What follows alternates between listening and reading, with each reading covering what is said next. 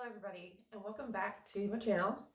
My name is Jennifer and today I'm going to be just putting together some sage sticks because I'm going to Alaska tomorrow and I had some family ask me I offered sage because I have so much of it. So I'll show you guys. This is what I just picked from my garden. It all smells really good and really fresh. But what I want to talk about today is the difference between religion and spirituality, okay? Because they're one and the same, but they're also polar opposites, okay? So a lot of people around me, I've realized, don't understand these concepts, and they seem so like they seem so fundamental and obvious, and it just perplexes me when I run into somebody who is unaware of these things. So I'm going to show you guys what I picked so far. I picked a bunch of lavender. That is the English lavender. I picked a sprig of honeysuckle. And then I got my dahlia, one of my purple dahlias. I'm going to use the petals in that for some sage sticks. So this is the Spanish lavender. They smell a little different. They don't smell much different, but they do smell, you can tell the difference. And I picked a bunch of thyme. Oh shit. My workspace right now is just a big mess, you guys. I'm telling you, I am a cluttered mess. Every time I'm about to travel, I get really like anxious, but it's like hyper anxious where I can't sleep, I can't eat. Everything's a mess. I just feel like I'm a mess. I feel chaotic. But some thyme, big sprigs of thyme, and all of these things I grow by myself. I don't use any nutrients. I don't use anything but nature and the light itself. Like those are two. Really, I believe honestly that with plants and with animals, they can send it, you know, this is energy, that it's quantum energy, right? Just like we are, like who we are on the inside. So I believe that if you care for your plants and your animals, and you have a good nature about you, they can sense it and they will grow, and everything will just flourish, you know. But if you're harboring negativity inside of you and you have a constant wheel of negative self-talk, nothing will work out in your life. Trust me, I have been on both ends of the spectrum. When I was younger, my mindset was like, I hate everybody. I don't care if I live or die. I don't care about anything. I don't care enough to even try. That was my mindset, and everything in my life you could think went wrong, you know, like everything was going wrong. I was always getting in trouble. It was just a big cycle, a big mess that was unnecessary. So just watch the self-talk that we have, you know, that's very important. This is some garden sage. Where did the other sage go? Oh, I already picked the other sage and I made a big bundle of it. But this is the garden sage. I really don't like the smell of this. Correct me, tell me if you guys have ever smelled this type of sage, because there's a difference between this type of sage and the sage that you use that is normally used for sage, like sage sticks, smudge sticks. But this kind of smells like cat pee a little bit, like just the aroma of it, like, you know. I know no cats peed on it because, like, you know, they don't do that, but they usually go in the dirt. They never go in my garden. So, but it's just like the aroma of the leaves. It's just like, I don't know. And then I cut down my mugwort plant. So this is all mugwort. And this is actually part of the sage family as well. You can smoke mugwort. You can inhale the smoke. It is good for lucid dreaming, or if you want to remember your dreams, or you want to have really vivid dreams, or you want to have insight to your subconscious. Smoking mugwort, small amounts. You don't want to like sit there and smoke like a whole joint or something. Just like a couple tokes, you know, one or two, get the smoke in you. Or you can even burn it. You can take like charcoal briquettes And you can use your cauldron if you have one. Speaking of, where the hell did my cauldron? Oh, it's right in my face.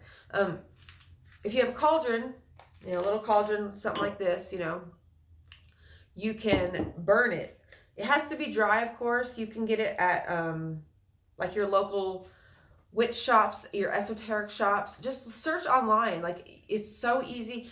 I bought a pack of seeds, actual mugwort seeds, for $5 online, and it was like 1,000 seeds. So I'll have mugwort for like ever. So okay, so what I want to talk about today.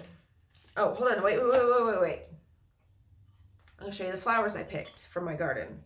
So we got 2 red roses, which I'm surprised that these were continuing to bloom so late in the season. We've got the scarlet honeysuckle flowers. These, they're so pretty.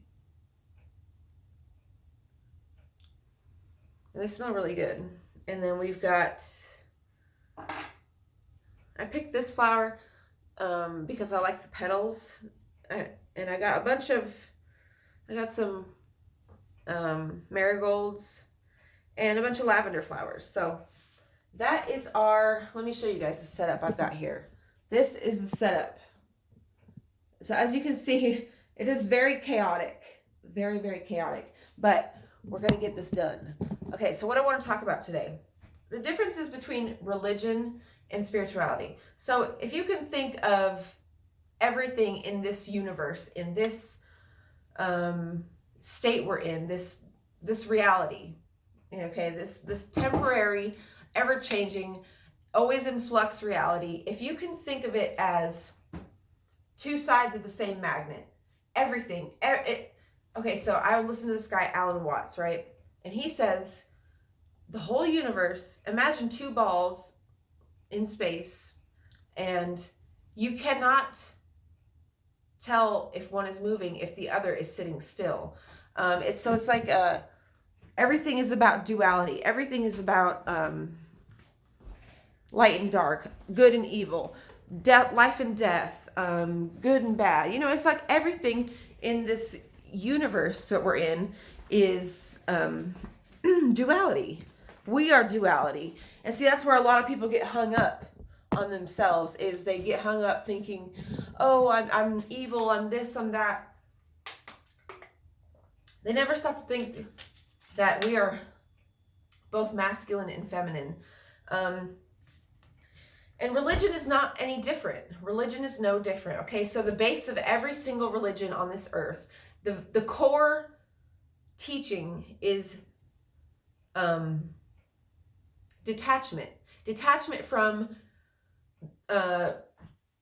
expectations, detachment of material needs and wants. And yes, you need things to live and survive, don't get me wrong, but don't get so caught up that you can't let things go. Like with me, I'll use myself as an example. I think my early childhood, and see, I'm coming to all these conclusions recently, now that I've got a clear mind, and I'm stepping up my self journey, my journey towards getting to know my true self, and I'm actually putting into action what I should have been putting into action a long time ago. What was I saying? Okay, so my childhood was full of jelly. Fuck. I'm sorry, guys. My cat tried to jump on my altar. Anyway, my childhood was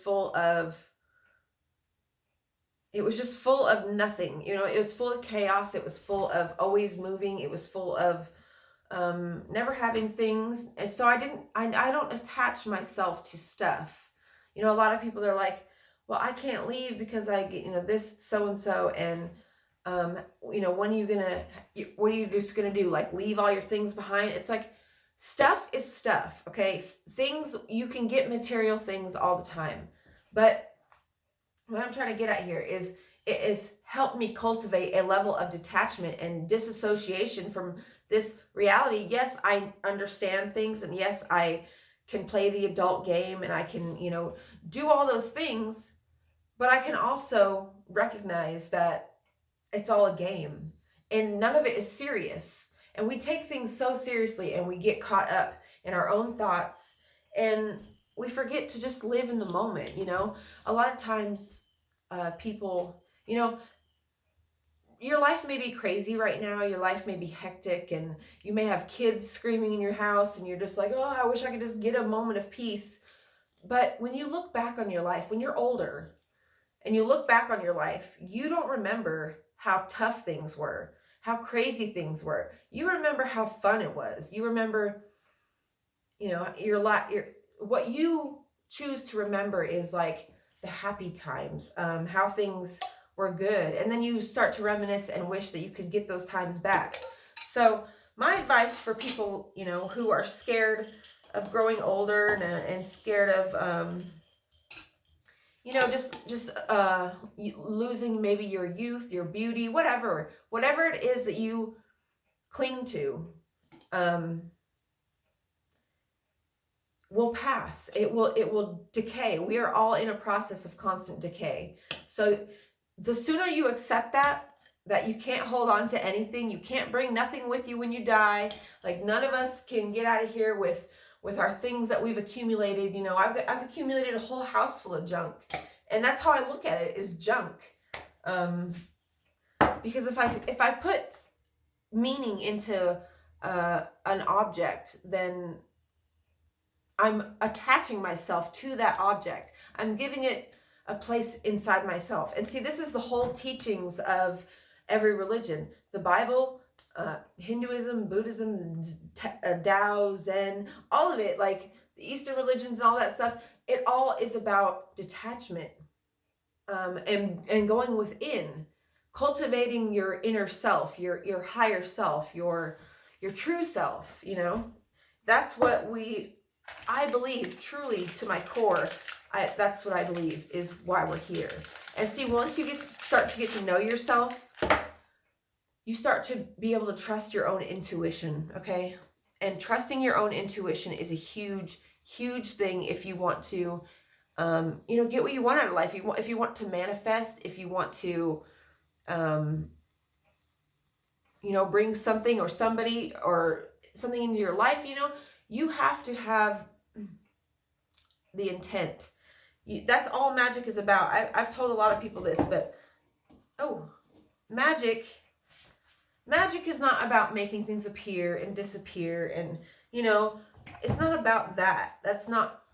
It's what it's about is your inner self, how in touch you are with you, with the true self, not your job, not your name, not your family, not your kids, not your husband, not your likes, your dislikes.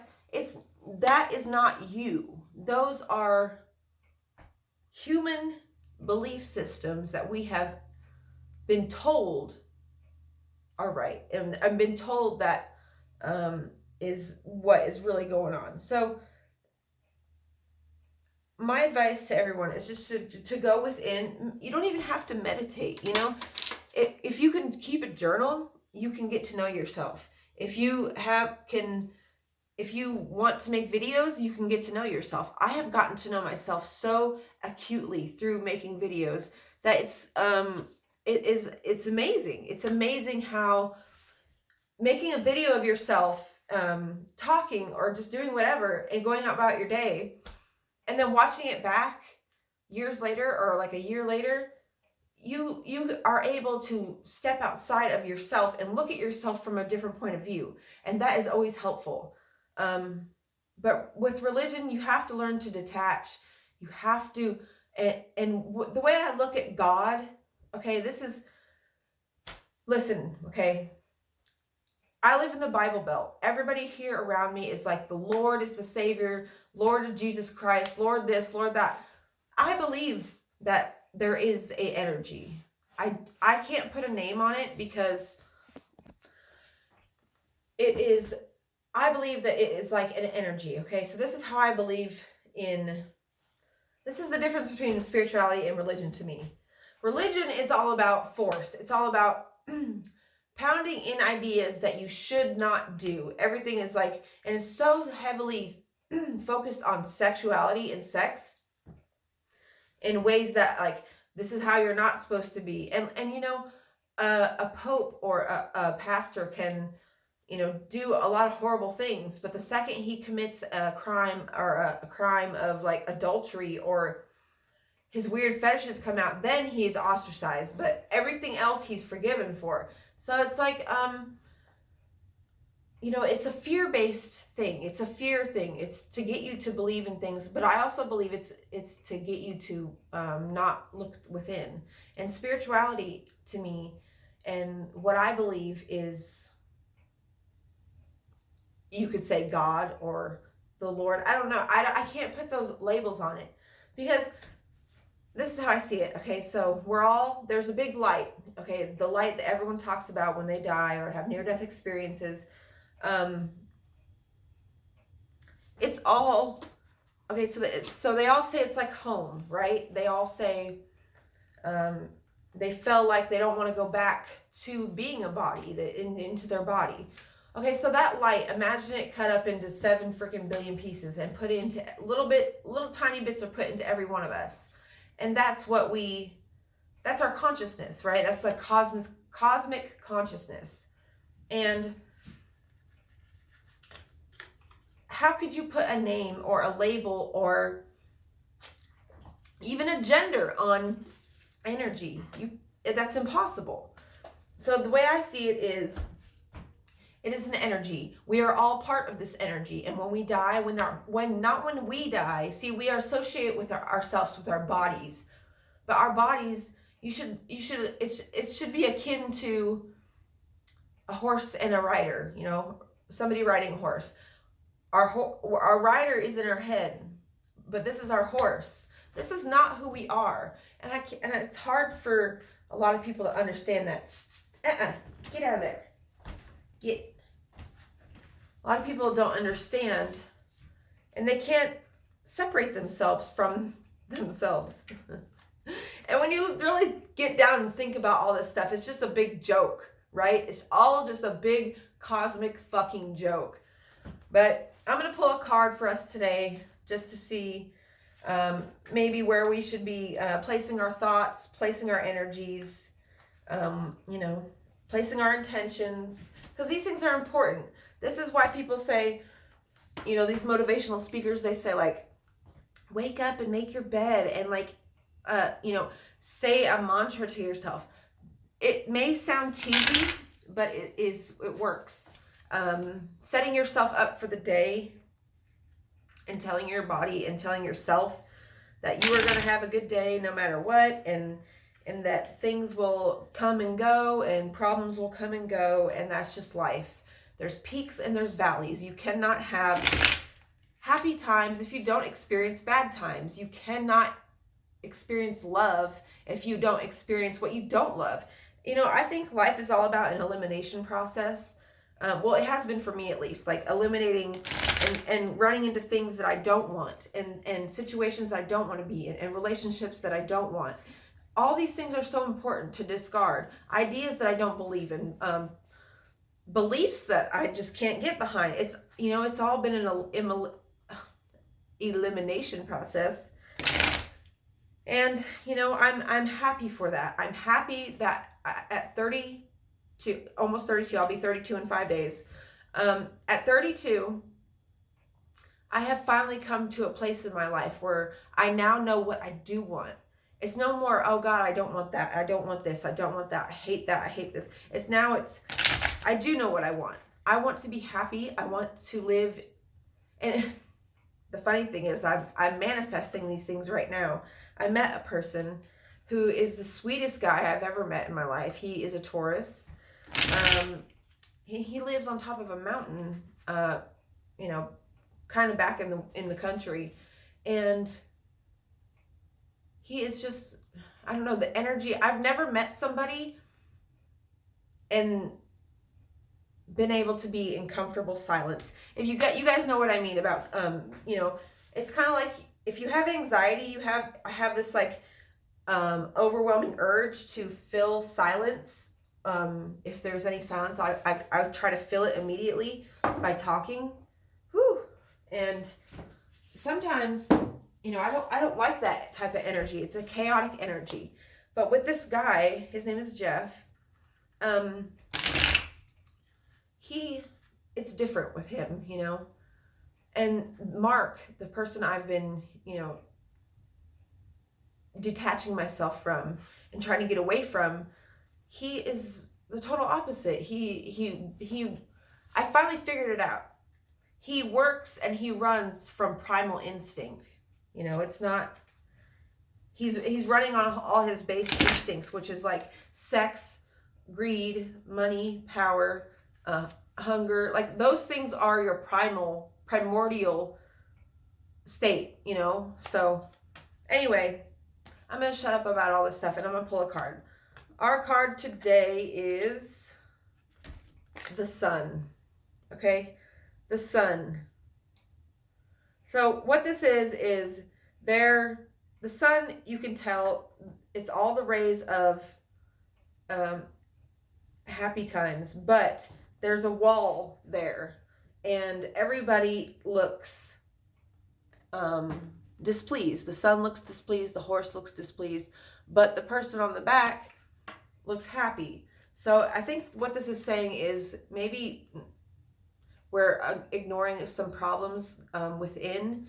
Maybe there's some things that we're not really focusing on that we should be focusing on. You know, like I said in previous videos, shadow work is important. All this stuff is important, you guys. And I'm always here to help. I'm going to be getting on a plane to Alaska in the morning, so I'll film a video when I get there. So I love you guys, and I will talk to you tomorrow. Bye.